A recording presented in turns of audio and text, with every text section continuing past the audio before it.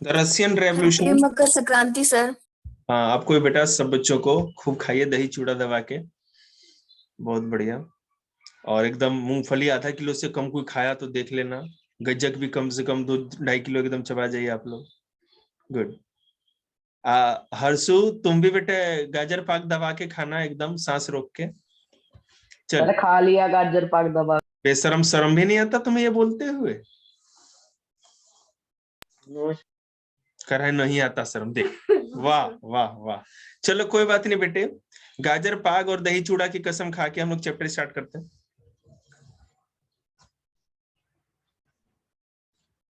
चलो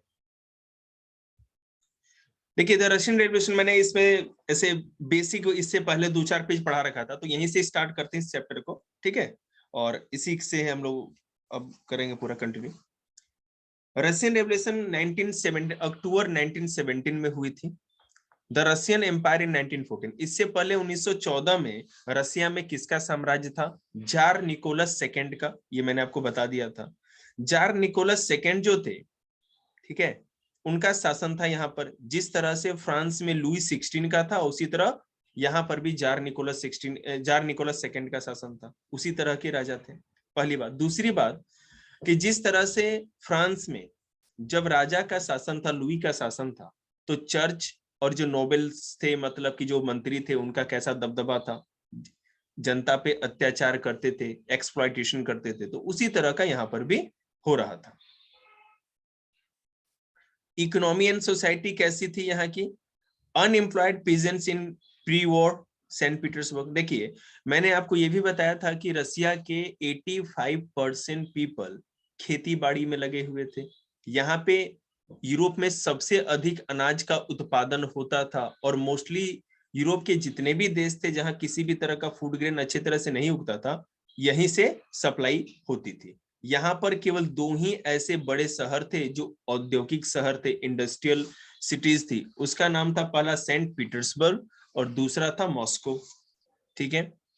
मैंने आपको यह भी बताया था कि रसिया में रेलवे लाइन के बीच जाने के बाद दूर दराज में पेट्रोलियम, कोल, आयरन और ये जो भी मिनरल थे, वहां तक सरकार का पहुंचना आसान हो गया। और रेलवे के विकास के बाद यहाँ पे इंडस्ट्री डेवलप होने लगी। और वो क्या थी? Coal production doubled and iron steel output quadrupled by the 1900। In some areas factory workers and craftsmen were almost equal in number, ठीक है? इसके बाद ये भी जान जाइए कि वर्किंग डे, पहले जैसे जैसे इंडस्ट्रियलाइजेशन हुआ, रसिया में जैसे जैसे औद्योगिकरण हुआ, तो यहाँ पे एक ऐसा तबका या ऐसा एक ग्रुप डेवलप हुआ जिसके अपने अलग टाइप के प्रॉब्लम्स थे, डिफरेंट टाइप के प्रॉब्लम्स थे। और वो प्रॉब्लम क्या था? वो था लेबर लोगों का प्रॉब्लम। लेबर लोग को अपना जीवन बहुत ही कम पैसे में गुजारना पड़ रहा था, बहुत ही कम पैसे मिलते थे, हमेशा काम नहीं मिलता था, उनको शहर की गंदी बस्तियों में, स्लम में रहना पड़ता था, है ना? और मर्दों के साथ साथ औरतों को भी काम करना पड़ता था। और सबसे बड़ी बात यह है प्रॉब्लम की, इसमें छोटे बच्चों को भी काम पे लगाया जाता था। जो गरीब मजदूर वर्ग होता था, वो अपने छोटे छोटे बच्चों को भी अपने फैमिली की इनकम को बढ़ाने के लिए काम पे लगाते थे। मर्द और औरत, मेल फीमेल दोनों बराबर काम करते थे, लेकिन फिर भी फीमेल को कम ही सैलरी दी जाती थी।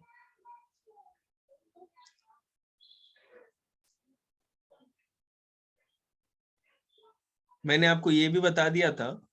अब इस पैराग्राफ को कराने के बाद सीधे हम लोग आगे बढ़ जाएंगे।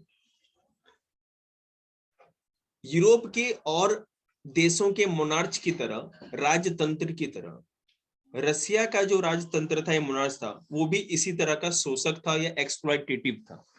यहाँ पे जो सामंत राजा का जो शाही परिवार था और चर्च, ठीक है ना, जो चर्च था, यहीं पर से शोषण होता था। ये लोग अलग अलग तरह के टैक्सेस लेते थे जनता से, और जनता बहुत ही त्राहिमाम कर रही थी, जनता बहुत तरस थी इनसे। तो इस लोगों के कारण ही, ठीक है ना, इन्हीं लोगों के कारण जनता के मन में सरकार के खिलाफ एक असंतोष या डिससेटिस्फैक्शन पैदा हुआ, और यही क्रांति का मेन कारण बना। आगे देखिए। सोशलिज्म इन यूरोप, ये कैसे हुआ? देखो, ऑल पॉलिटिकल, देखिए 1914 से पहले, 1914 से पहले रसिया में किसी भी तरह की पॉलिटिकल पार्टी आप बना ही नहीं सकते थे, इलीगल था, गैर कानूनी था। The Russian social democratic worker party was founded in 1898। ठीक है, देख रहे हैं ना?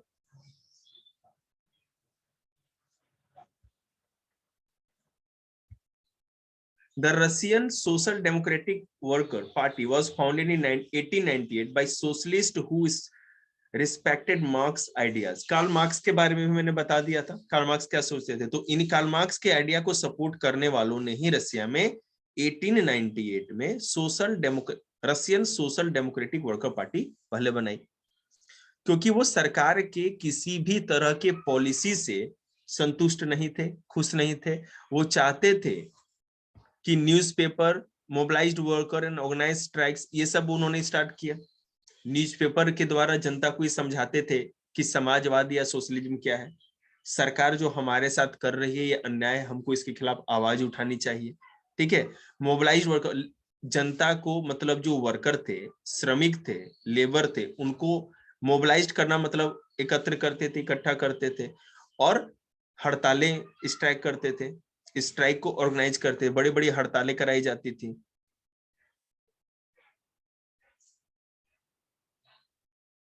देखिए, रसिया के कुछ सोशलिस्ट, आप लोग हिंदी में ही है ना आप लोग का?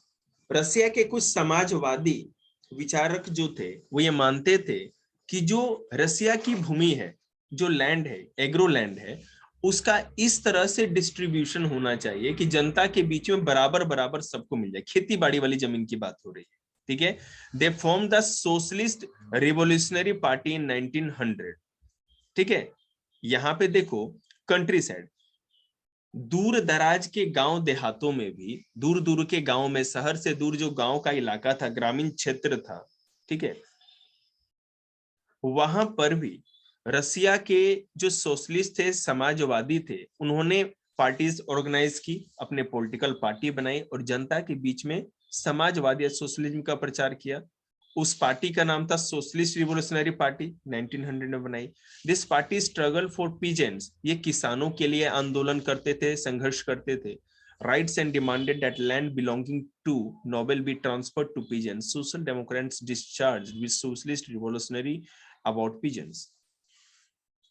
जितने भी समाजवादी विचारक थे, विचारधारा को मानने वाले, उन्होंने आंदोलन छेड़ा कि जितने भी नोबल्स, सामंतों के पास जो जमीन है, बड़े बड़े जमींदारों के पास, वो जमीनें लेकर के किसानों में बांट दी जाए। जिनके पास कोई जमीन नहीं है, जमीन उनके पास होनी चाहिए जो खेती करते हैं। जो खेती नहीं करते वो जमीन लेके क्या करेंगे, ये उनका सोच था। The party was divided over the strategy of organization। Vladimir Lenin who led the Bolshevik group, याद रखना, बोल्शेविक ग्रुप व्लादिमीर लेनिन ने बनाया था। वो सोचते थे, thought that in a repressive society like Tsarist Russian, the party should be disciplined and should control the number of quality of its members। Others, Menshevik, thought that the party should be open to all as in Germany। Menshevik और Lenin दो समाजवादी थे, दो नेता थे रसिया के। Lenin ये मानते थे कि यहाँ पे एक डिसिप्लिन वाला पॉलिटिकल पार्टी होना चाहिए। जो सोशलिस्ट पार्टी बनाई जाए देश में, उसमें कोई भी आदमी शामिल नहीं हो जाए, जो ये डिसिप्लिन को मान सकता है, उसको नियम कायदे कानून के हिसाब से ही रहना चाहिए, वही लोग इस हमारे पार्टी में आ सकते हैं। और उन्होंने इस पार्टी का नाम बनाया बोल्शेविक पार्टी या बोल्शेविक ग्रुप। लेकिन जो मेंशेविक थे, दूसरे एक लीडर, वो सोचते थे कि नहीं, हमें ऐसा पार्टी बनाना चाहिए, या ऐसी पॉलिटिकल पार्टी होनी चाहिए जो सभी के लिए ओपन हो, कोई भी आए और इसमें अपना वो ओपन कर सक, यहाँ पर इसका मेंबर बन सकता है, सदस्य बन सकता है, there will be no any problem. Turbulent time, the 1905 revolution, 1905 में क्रांति का समय। ठीक है, ये क्या था? Russian was an autocracy unlike other European ruler। Even at the beginning of the 20th century, the Tsar was not subject to parliament। Liberals in Russia campaigned to end this state of affairs together with the social democrat and socialist revolutionaries। They worked with peasants and workers during the revolution of 1905 to demand a constitution. They were supported in the empire by nationalists in Poland, for instance, and Muslim-dominated areas of Jihadists who wanted modernized Islam to lead their society. रसिया में jar का शासन था। 1905 के साल की बात करें तो यहाँ पर क्या हुआ कि जो भी लिबरल्स थे रसिया में, जो लिबरल या सुधारवादी जो भी थे वो, और जो सोशल डेमोक्रेट्स थे और सोशलिस्ट रिवोल्यूशनरी, ये जो पार्टियां थी, ये सब मिलके काम कर रहे थे। ये चाह रहे थे कि किसानों को और मजदूरों को एक साथ क्रांति में शामिल किया जाए। इन्होंने शामिल भी किया और साथ ही साथ क्या किया कि जार का जो शासन था, शोषण भरा शासन था, एक्सप्लॉयटेटिव शासन था, उसको खत्म करके यहाँ पर एक नए संविधान या कॉन्स्टिट्यूशन की डिमांड कर रहे थे। फिर से मैं समझाता हूँ। जार का शासन था तो वहां पे चर्च के पास स्पेशल राइट था, सामंतों के पास या सरदारों के पास राइट था, लेकिन जनता के पास कोई तरह का अधिकार नहीं था, किसी तरह का नियम कानून नहीं था। जो चर्च बोल दे, जो सामंत या सरदार बोल दे, जो राजा बोल दे, वही कानून। ठीक है, तो यहाँ पर इन सोशलिस्ट पॉलिटिकल पार्टीज ने किसानों को और मजदूरों को एकत्र करके, इकट्ठा करके, मोबिलाइज करके एक आंदोलन छेड़ा और उन्होंने एक संविधान या कॉन्स्टिट्यूशन की मांग की।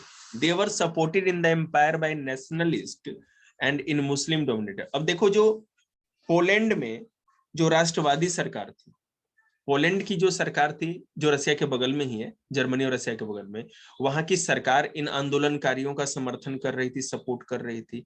और साथ ही साथ मुस्लिम डोमिनेटेड एरिया था, जहां मुस्लिम लोग ज्यादा थे, वो लोग भी इनको सपोर्ट कर रहे थे। द ईयर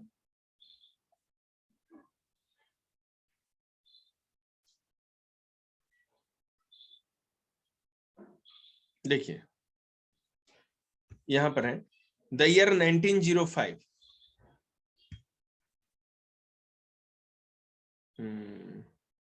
यहां से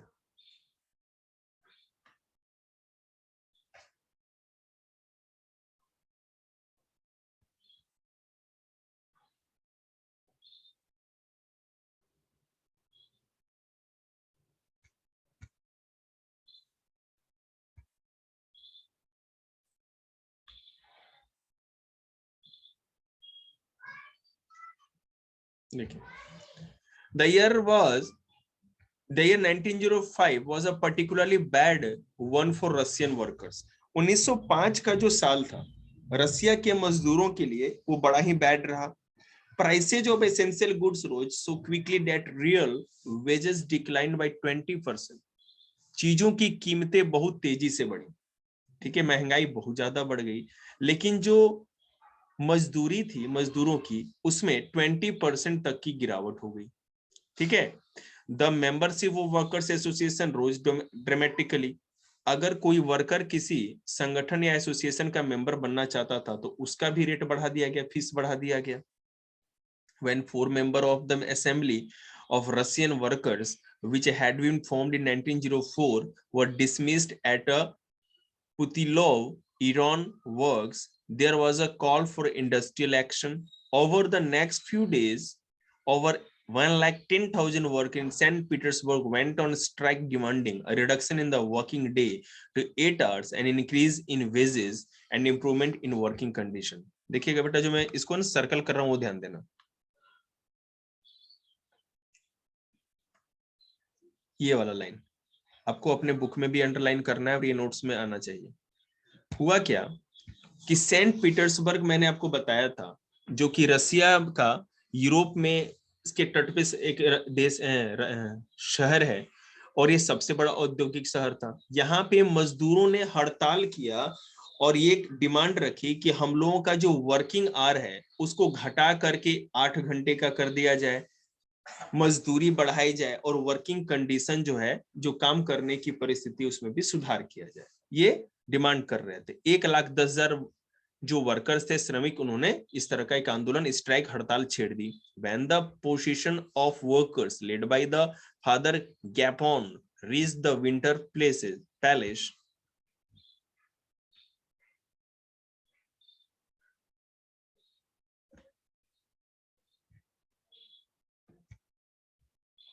देखिए ये वाला भी पैराग्राफ बहुत इंपॉर्टेंट है।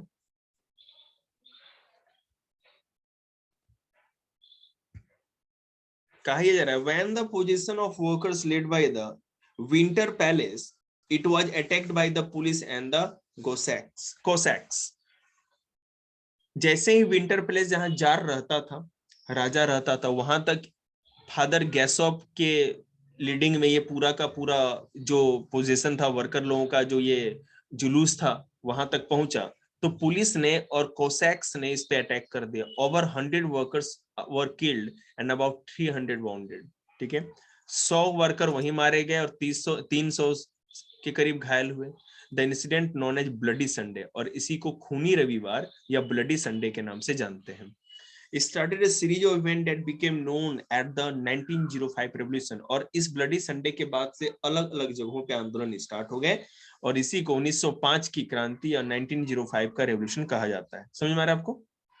Strikes took place all over the country and 1905, yeah.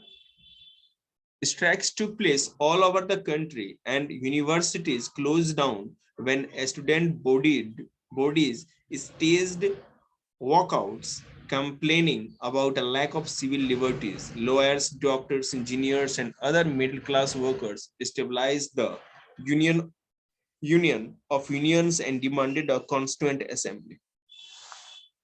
हुआ क्या? ये 1905 में जो ब्लडी संडे हुआ है ना, खूनी रविवार हुआ, वहां से जो आंदोलन स्टार्ट हुआ ये बढ़ता चला गया, और आगे जाकर के इसमें वर्कर्स के साथ साथ पूरे के पूरे रसिया के जो भी लोग थे वो शामिल होते चले गए, और उन्होंने अपनी तरह से इस आंदोलन में भाग लिया, पार्टिसिपेट किया। लॉयर्स लोग ने, मिडिल क्लास ने, स्टूडेंट्स ने, सब लोगों ने अपनी अपनी डिमांड रखनी स्टार्ट की और आंदोलन स्टार्ट कर दिया। देखिए क्या हुआ।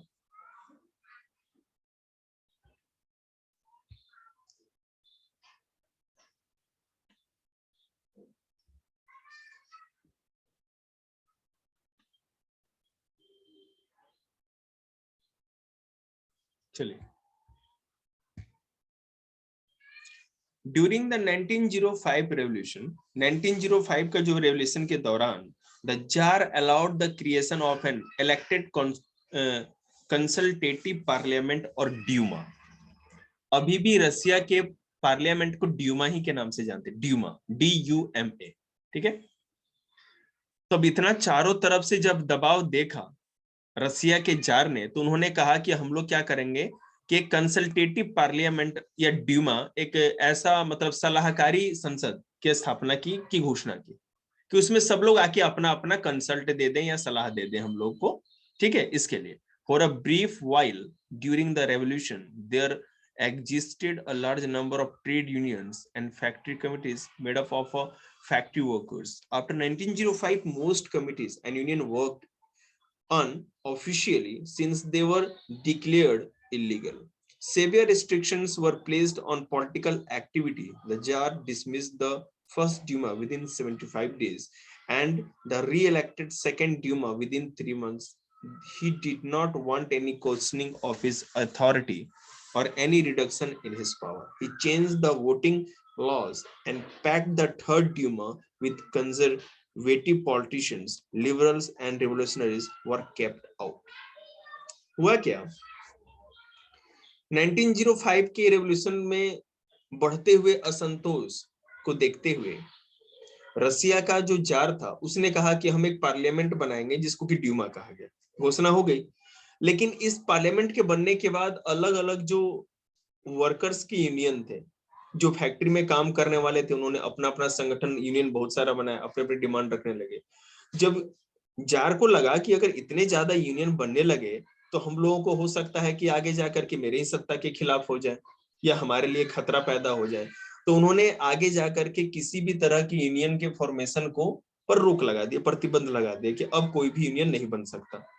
और 75 दिनों के अंदर ही, जो फर्स्ट बार जो 1905 में ड्यूमा बना था, तो 75 दिनों के बाद ही इसको कैंसिल करके, डिसमिस करके इसकी जगह पे दूसरा ड्यूमा बनाया गया, री इलेक्शन कराए गए। ठीक है, और इसमें जार ने ये कहा कि मेरी अथॉरिटी या मेरे अधिकार के ऊपर कोई क्वेश्चन नहीं पूछ सकता। पहली बात, जो मैं बोल दूं वही नियम कानून बनेगा, ठीक है। और मेरी जो शक्ति है, मेरा जो पावर है, उसमें किसी भी तरह का कमी नहीं किया जाएगा, ठीक है। वोटिंग लॉ, ड्यूमा के अंदर जो वोटिंग का जो कानून था उसको भी चेंज किया। और उसके बाद थर्ड ड्यूमा भी बना दी। जब थर्ड ड्यूमा बनी तो उसमें इन्होंने क्या किया, कंजर्वेटिव पॉलिटिशियन, मतलब कि जो उदारवादी थे, ठीक है, उसको इसमें रखा गया, सुधारवादियों को, सॉरी। और लिबरल्स और रिवोल्यूशनरी जो थे इनको बाहर कर दिया गया। लिबरल्स और रिवोल्यूशनरीज को बाहर कर दिया गया, केवल कंजर्वेटिव को ही ड्यूमा में रहने दिया गया। देखिए क्या हुआ बेटा। जेडिस्ट क्या होते हैं ये देख लीजिए जरा। Muslim reformer within Russian empire, Russia के साम्राज्य में, रसिया के अंदर जो मुस्लिम धर्म में सुधार करने वाले लोग थे उन्हीं को जेडिस्ट कहा जाता था, ठीक है। The First World War and the Russian empire, प्रथम विश्व युद्ध के समय रशियन साम्राज्य या रसिया के साम्राज्य पर क्या असर पड़ा। इन 1914, इससे पहले रशियन रेवोल्यूशन का जो भी मैंने चैप्टर अभी पढ़ा है ना, अभी यूट्यूब से मैं वीडियो कट कर दूंगा, ठीक है ना, ताकि आप लोग का बिल्कुल क्लियर रहे कि आपको क्या पढ़ना है। और ये आपको यूट्यूब से नहीं देखना है, ये वीडियो अपलोड करके सीधे मैं आपके ग्रुप पे भेजूंगा, आपको जब भी देखना हो ग्रुप से देख सकते हैं। The First World War and the Russian empire. In 1914, war broke out between two European alliances, Germany, Austria, and Turkey. The Central Powers, and France, Britain, and Russia, later Italy and Romania. Each country had a global empire. ध्यान देंगे 1914 में, sorry 1914 में, ठीक है, जो empire बना,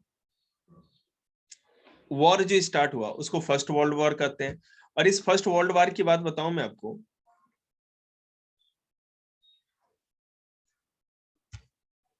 देखिए ये जो फर्स्ट वर्ल्ड वॉर हुआ ये किसके बीच में हुआ, यूरोपियन अलायंस, दो यूरोपीय संगठनों के बीच में हुआ, जिसमें एक में जर्मनी, ऑस्ट्रिया और तुर्की थे। Austria, not Australia, Germany, Austria और तुर्की, और दूसरे में फ्रांस, ब्रिटेन और रसिया थे। Each country had a global empire, सबका पूरे दुनिया में फैला हुआ साम्राज्य था, दुनिया के अलग अलग देशों में उपनिवेश या कॉलोनी थी। एट द,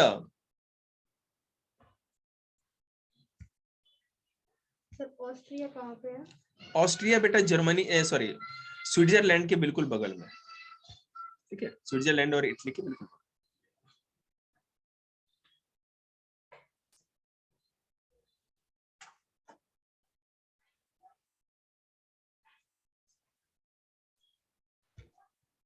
देखिए देखेंगे, war was fought outside Europe as well as in Europe. This was as the first world war. तो ये जो प्रथम विश्व युद्ध था किनके किनके बीच हुआ आप याद रखना।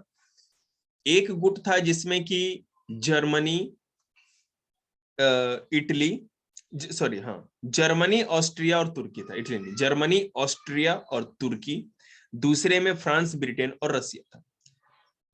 अब देखो रसिया की बात करें, in Russia the war was initially popular and people rallied around Tsar Nicholas II. As the war continued through, the Tsar refused to consult the main parties in the Duma. Okay, support were thin, anti-German sentiments ran high, and can be seen in the renaming of St. Petersburg, a German name, as Petrograd.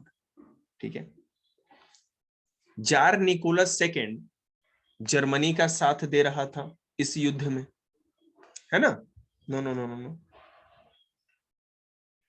Sorry, Germany के against में था, जबकि जनता चाहती थी कि Germany के against में हमारा राजा युद्ध नहीं करे, पहली बात। जार रिफ्यू, और जब ये युद्ध छिड़ा तो ड्यूमा या पार्लियामेंट थी, उसमें जो पार्टीज थी ड्यूमा के अंदर, उसमें किसी से भी जार ने या यहाँ के राजा ने कोई सलाह मशवरा नहीं किया, बिना किसी से कोई भी तरह का कंसल्ट किए, ठीक है, ड्यूमा के मेंबर से ये युद्ध में अपने आप को शामिल कर लिया, पूरे रसिया को। उसके बाद support were thin, anti German sentiment ran high, and as can be seen in the renaming of St. Petersburg. Saint Petersburg का नाम जो जर्मन नेम था बदल करके पेट्रोग्राड कर दिया गया। The Tsarian Alexander, German origin and poor advisor, especially a monk called Rasputin, made the autocracy unpopular. The First World War on the Eastern Front differed from that of the Western Front. In the West, armies fought from trenches stretched along Eastern fronts.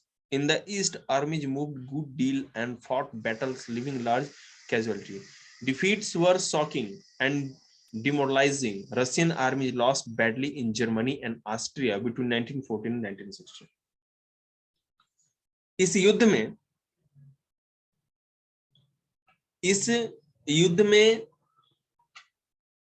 रसिया की बहुत बुरी तरह से हार हुई। Austria और Germany में, ठीक है ना, ऑस्ट्रिया और जर्मनी में इनकी बहुत बुरी तरह से हार हुई और इससे जनता बहुत ही रुष्ट थी, जनता बहुत ही खफा थी, जो कि और ये मानती थी कि जार निकोलस सेकंड के कारण ही ये रसिया की इतनी बदनामी हुई या हार हुई। ठीक है, defeats were shocking and demoralising. Russians army lost badly in Germany and Russia, है ना। There were over 7 million casualty by 1917 as they retreated. The Russian army destroyed crops and building to prevent the enemy from being able to leave off the land. रसिया में जैसे ही Germany की army inter की तो पहले तो आपको 7 million casualty हुई, माने 7 million मतलब 70 लाख लोग कम से कम सेना मारी गई। समझ लीजिए कितनी बड़ी कैजुअलिटी थी, सेना के साथ साथ आम लोग भी। रसिया ने एक काम इसमें और क्या किया कि अपने ही जमीन पर जो भी खेत, बिल्डिंग, शहर जितने भी थे उनको तबाह कर दिया शहर के साथ, कि अगर जर्मनी की आर्मी आती है हमारे देश में इंटर करती है तो उनको किसी भी तरह से राशन पानी नहीं मिल पाए, भूखे मर जाए, यहाँ से भाग जाए। ठीक है, एक तो युद्ध लड़ नहीं सकते और जो यहाँ की जनता थी उनको भी तबाह कर दिया, तो यहाँ इसलिए भी जनता इनसे रुष्ट थी। The destruction of crops and building led to over 3 million refugees in Russia. और इस तरह से बिल्डिंग और क्रॉप्स को बर्बाद करने के कारण रसिया में 30 लाख लोग शरणार्थी बन गए, सरकार के रहमो कदम पे हो गए, क्योंकि घर और फसल मर गई तो सरकार ही तो खाना देगी और क्या होगा। The situation discredited the government and the Tsar. Soldiers did not wish to fight such a war. अब देखिए क्या हुआ, जार का जो सम्मान था वो खत्म हो गया, जनता के दिल में कोई भी तरह की इज्जत नहीं रही और रसिया की जो सेना थी वो भी अब युद्ध नहीं लड़ना चाहती थी। देखिए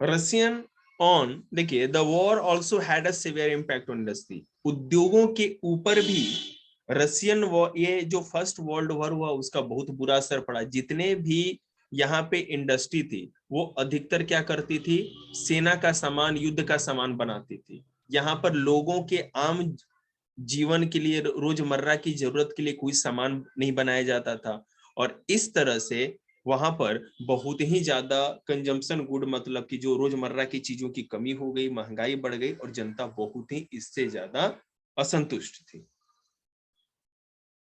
ब्रेड को लेकर के, छोटे मोटे चीजों को लेकर के भी दंगे हो जाते थे।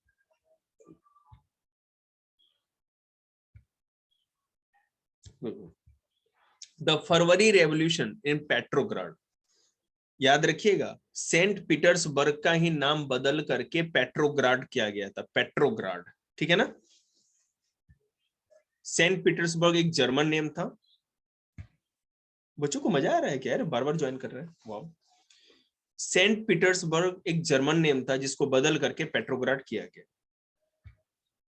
बेटा मैं फिर से लिंक भेज रहा हूं, ठीक है, आप लोग ज्वाइन कर लेना, क्योंकि फिर 21 मिनट की फिर से वीडियो बन जाएगी, नहीं तो ये 5 घंटे फिर दिक्कत होगा।